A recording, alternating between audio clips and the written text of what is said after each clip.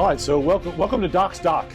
Thank you. Thank you for having me. This has been incredible. Thank you. So this is my new friend, Chef Bear. So I have dinners, business dinners. I run SE Pain and Spine Specialists, and we have business dinners probably twice a month. And in the summertime, it's very hard to get reservations in restaurants. So when I heard you were in town and posting, hey, I could be a private chef for your event, that's where the first phone call came. Yeah, thank you for the opportunity because I tell you, since I've been doing this, I've run into some really cool people. But what you're doing, I really want to make sure that we continue to do more of this. And it's just too much fun. Thank you. I agree the same way. So as chef, as you guys know, I love to fish. Every Wednesday is fishing day. Wednesday on the painkiller. And sometimes run out of ideas for recipes. So I gave Chef a call one day after we did our event because the food was phenomenal for the event. And I said, how can you help? I got some grouper, and what can I do with the grouper? So that's when we got to talking on the telephone, and you sent me some ideas from other chefs, and I'm like, maybe I need a little bit more help here. And that's where we put today's meal together. Well, you know, having some fun with fresh caught fish, and you go out every week, what chef would not want to be involved in cooking some fresh fish?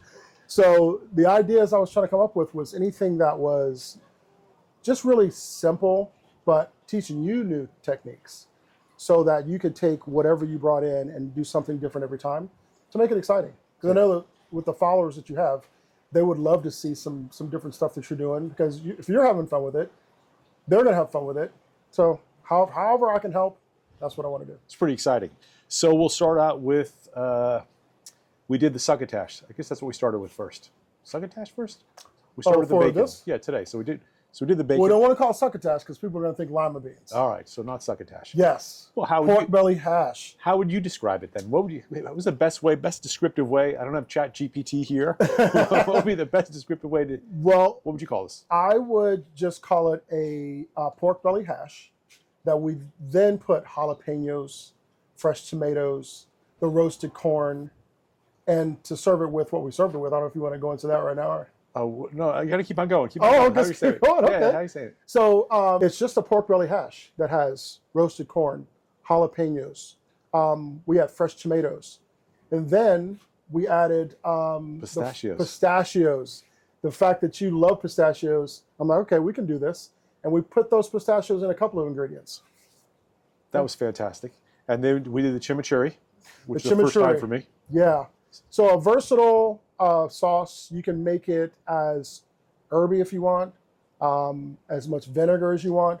But in this case, we added pistachios to it. So it just carried through the whole dish. And having the fresh grouper, the fried potatoes. We took some creamer potatoes. You guys have seen the tri-colored round little creamer potatoes you can buy in the store. Well, if you boil those so they get nice and soft, cool them down, and then you can just smash them, season them with a little salt and pepper if you like, bake them in the oven. But if you happen to have a portable fryer or a deep fryer like this guy has, you can just fry the potatoes and finish them with salt, pepper, herbs, roasted garlic, and maybe some Parmesan. He doesn't like cheese, so I shouldn't even mention it. But little Parmesan, some truffle in there. And then when I caught the fish yesterday, I got a special trip. My wife gave me the pass to go fishing on a Monday, so I had to catch the group for Monday. After I called you to say, do you want the whole fish or fillets? You said fillet, so I filleted the fish. And then after everything was done, you said, keep the skin. Absolutely. So we didn't have skin, so we came up with this incredible skin. Yes. So I believe I did tell him fish skin is good. But then he filleted the fish. The fish skin was gone, but it's okay. So what we did, we took spring roll wrappers and nori sheets, and we adhered those together with some egg, and we just fried that in his fryer, which has the wonderful aroma and deep flavor of fried fish for the many times he's fried fish in that fryer. And it came out just like fish skin that we served as a garnish on the plate. So it was a fun time. It was fantastic. Yep. So the deep fryer, the story of deep fryer, I like to air fry. If you haven't seen my stuff, but I air fry almost everything. I love air frying. Mm-hmm. But at the summer when we stay at the beach, I have the deep fryer because I was taught in the South there's two ways to cook fish. It's either fried or it's effed up. That's about right. We did something different today. Definitely, definitely. All right, so tell us a little bit more about you. So let's start with you moved here from. I was in Greenville, South Carolina, working for a restaurant group there. And there was an opportunity for a corporate chef position here in Grand Strand with a hotel company. So I went with them, but it just wasn't something that was fulfilling me as a culinarian, as a chef. I just got too far away from the food, and it just got really frustrating. So I decided to take on some private chef gigs, and it just worked out that people were asking me anyway to do stuff on the side. And I said, you know what, this may be a business, because I did have Chef Bear Cooking up in Maine. So coming down here and having the opportunity to do it, I really didn't want to leave the area. So I posted on Pawleys Island Peeps. Dave Clayton was so good with introducing me to it and letting me post my ads for what I was trying to do. And the response was great, and I've gotten so much business from it.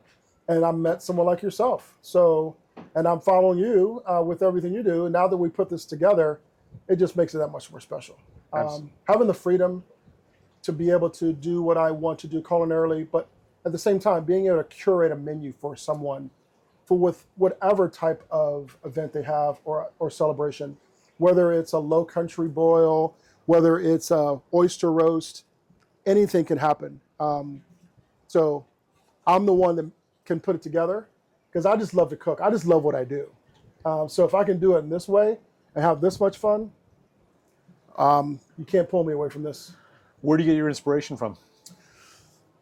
Well, just getting started in the business, even before that, just cooking for my family. My mom was raising 6 kids by herself. You know, I want to at least have something to go along with whatever she was making. And then I just had a passion for it. It was just something that came together quite naturally for me. So I just got very inquisitive about what was in food and everything else, and it just kind of progressed from there.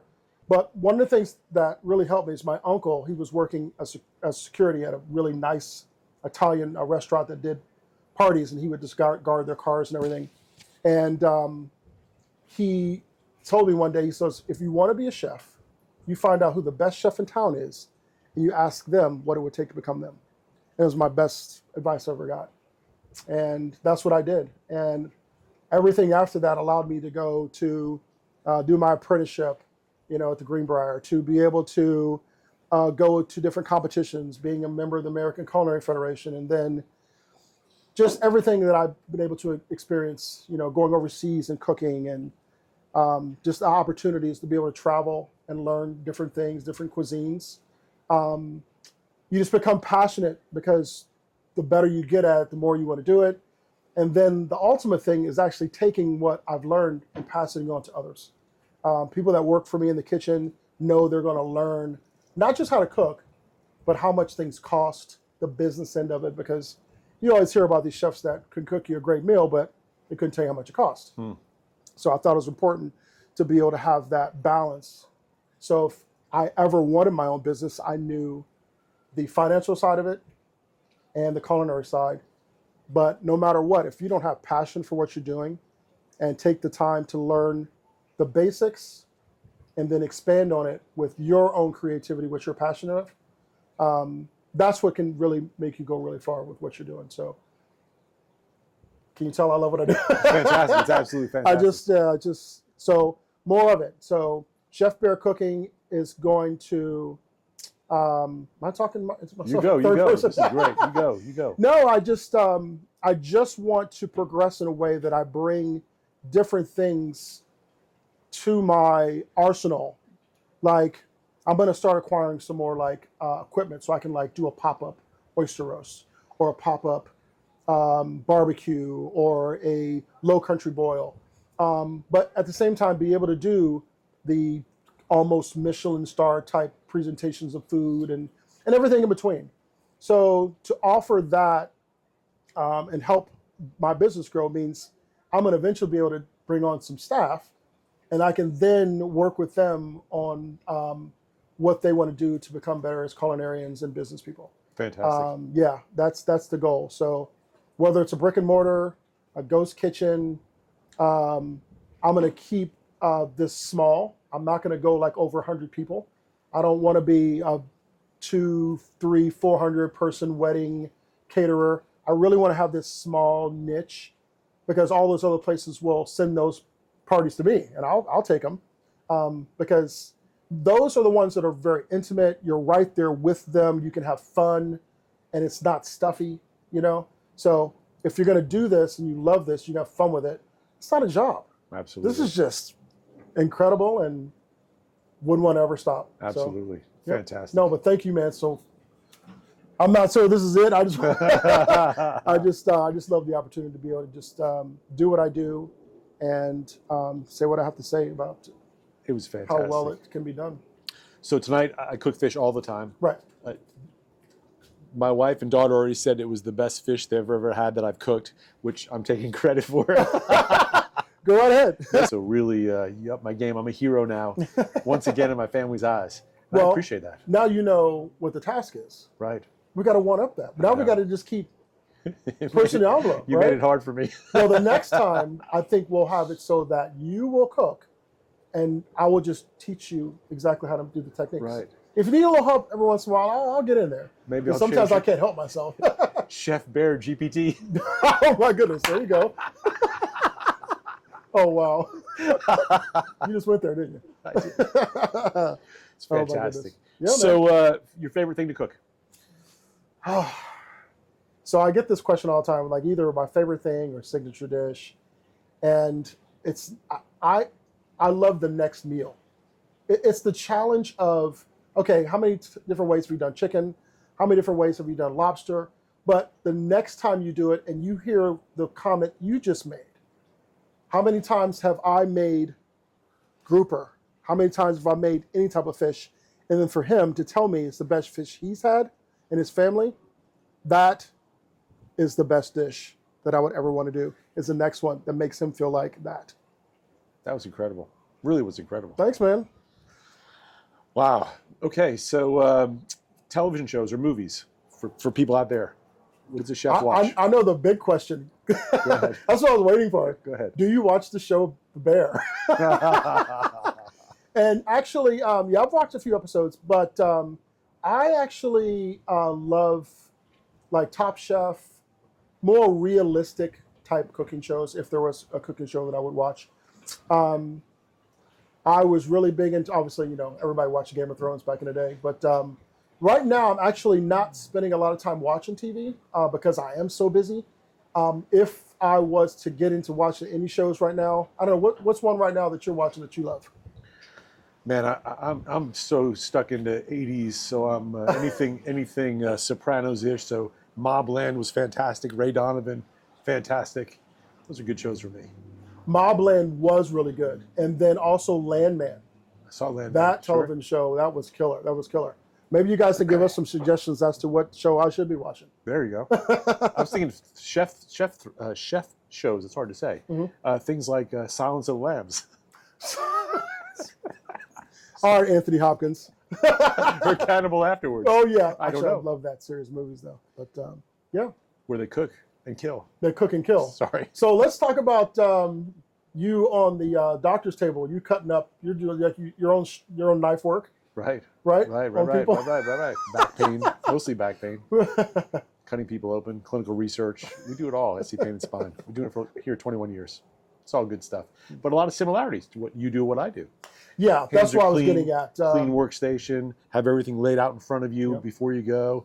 Know what you're doing. Have a game plan in mind. Yeah, Be able as to we're pivot. Yeah, as we're cooking, we're realizing, you know, there's a lot of similarities in how we get prepared, like Right. you said, and just the process of it, and wanting the outcome, obviously, to be a positive one. Perfect, right. Where people love what you do, and people walk away, or what have you,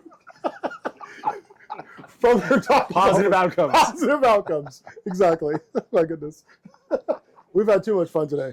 It's been fantastic. Yes, man. Okay, so chef, I Yep, have yep. in my role, my day-to-day work role, I'm also a professor now at Mercer University, Oh, and I nice. have Yeah. residents and interns that follow me for a couple weeks to a couple months at a time. Mhm. And the one thing that I really try to impart on them is balance. So not only during the day am I a physician, but I fish every Wednesday.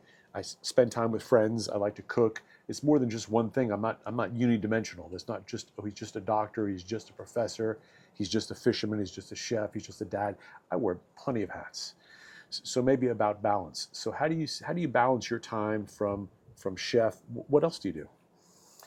Well, there was a time where I was really passionate about becoming a comedian, and I've always been this like the guy that wants to make everybody laugh and just entertain and just make people feel good about just being in my presence. Um, but I think if I really had to do it, I mean, there was a time right before COVID, I had myself pretty much convinced that I was going to take a stab at being a comedian. Then COVID happened, obviously, and nobody knew, how that was going to end up. But if I had to really think about, even like just moving forward with what I'm doing now, to get to a point where I have the freedom to maybe write for someone, or I'm not sure how well I would be in front of the mic, or should I be someone that writes for someone else? But no matter what, I would love to be able to bring humor up to the forefront of what I'm doing. But I would really like to get to the point where my business has gotten to the point where I've got a crew that I've trained to do the job that allows me to have the freedom to do stuff like that. You know what I mean? Because it has that balance, because it's something that I'm also passionate about. One of my good friends is actually a chef for a very famous comedian. And I love the fact that she gets to be around that every day.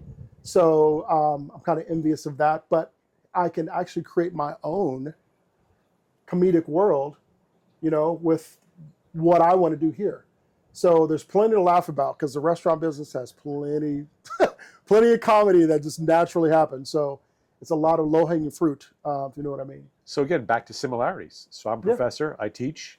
You also teach other people in the kitchen.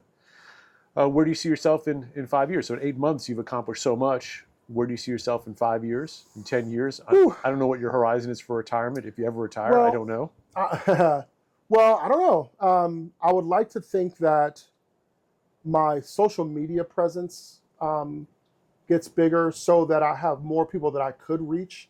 Because doing like short reels, like if we're doing a cooking catch to cook, catch to cook. If we're doing something like that, we're doing a reel, right?